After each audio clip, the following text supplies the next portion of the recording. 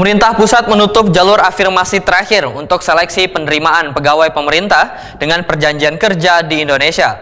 Pemerintah pusat menyatakan di tahun 2024 menjadi tahun terakhir rekrutmen ASN melalui jalur afirmasi. Sedangkan seluruh proses pengangkatan akan mengikuti mekanisme rekrutmen reguler. Kebijakan ini pun membuat ribuan tenaga honorer di daerah berada dalam posisi kada aman, termasuk di Banjarmasin. Pemerintah pusat menutup jalur afirmasi terakhir untuk seleksi penerimaan pegawai pemerintah dengan perjanjian kerja di Indonesia. Pemerintah pusat menyatakan di tahun 2024 menjadi tahun terakhir rekrutmen ASN melalui jalur afirmasi, sedangkan seluruh proses pengangkatan akan mengikuti mekanisme rekrutmen reguler.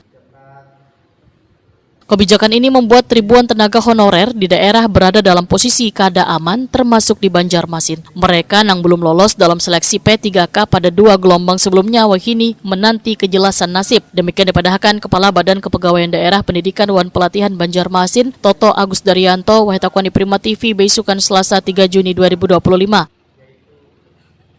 Menurut Toto Agus Daryanto, sesuai keputusan pemerintah pusat dengan berakhirnya seleksi P3K, namun tenaga honorer yang sebelumnya pernah mengikuti seleksi akan diangkat menjadi P3K paruh waktu. Kada terkecuali di Banjarmasin, tenaga honorer yang kada lolos seleksi dari tahap pertama hingga tahun 2024.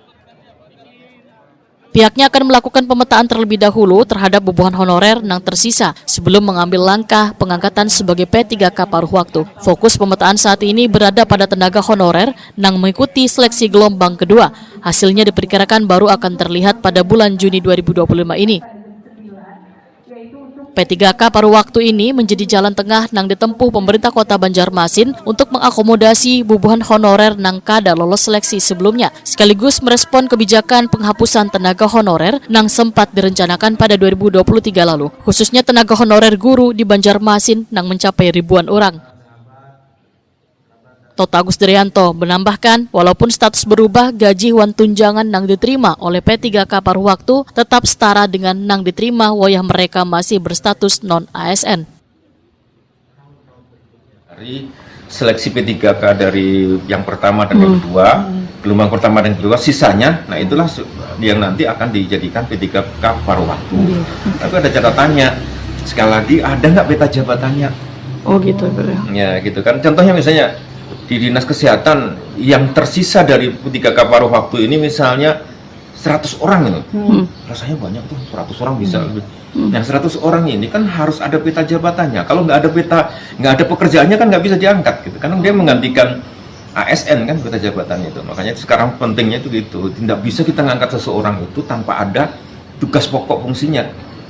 Artinya itu Pak, yang misalkan yang lolos dari P3K itu misalkan kada ada bidangnya, kayak apa Pak? Nah itu yang nganggur apa? Ya, itu yang agak nanti masih belum ada apa konfirmasi ya dari pusat. Yang jelas memang P3K paruh waktu itu ada P3K yang sisa dari seleksi dua gelombang yang terakhir nih.